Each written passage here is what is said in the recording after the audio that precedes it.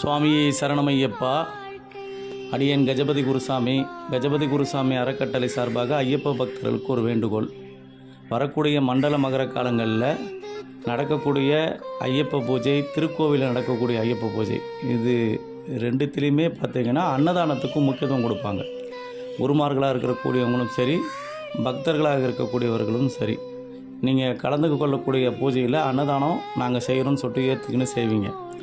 அப்பேற்பட்ட ஒரு சூழ்நிலையில் உங்கள் குடும்பத்தோடு சென்று இந்த ஹேண்டிகேப்னு சொல்லக்கூடிய ஊனமுற்ற குழந்தைகள், பெரியவர்கள் இருக்கக்கூடிய இடத்துக்கு சென்று நீங்கள் ஒரு வேளை அன்னதானம் கொடுக்கலாம். அதே மாதிரி வயது முதிர்ந்தவர்கள், பிள்ளைகளால் கைவிடப்பட்டு உறவுகள் இல்லாமல் தனிமையில் வாழக்கூடிய பெரியவர்கள் இருக்கிறாங்க, அவங்களுக்கு போய் நீங்கள் ஒரு வேளை உணவு கொடுக்கலாம்.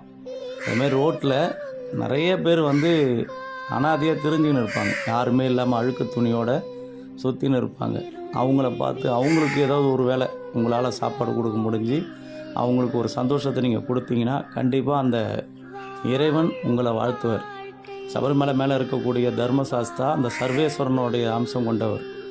அவர் கண்டிப்பாக உங்களை ஆசீர்வதிப்பார். இந்த குடும்பத்தோடு நீங்கள் எல்லாம் வாழறதுக்கு வழி கொடுப்பாங்க. உங்கள் முன்னோர்களும் உங்களை ஆசீர்வதிப்பாங்க, உங்கள் குலதெய்வமும் உங்களை ஆசீர்வதிக்கும். அதனால் முடிந்தவரை இயலாதவர்களுக்கு முடிந்ததை உதவி செய்து சபரிமலை யாத்திரை மேற்கொண்டீர்கள் என்றால் கண்டிப்பாக அந்த இறைவனோட அருள் உங்களுக்கும் கிடைக்கும், உங்கள் குடும்பத்தாருக்கும் கிடைக்கும். சுவாமியே சரணமையப்பா. சுவாமி சரணம் சுவாமி.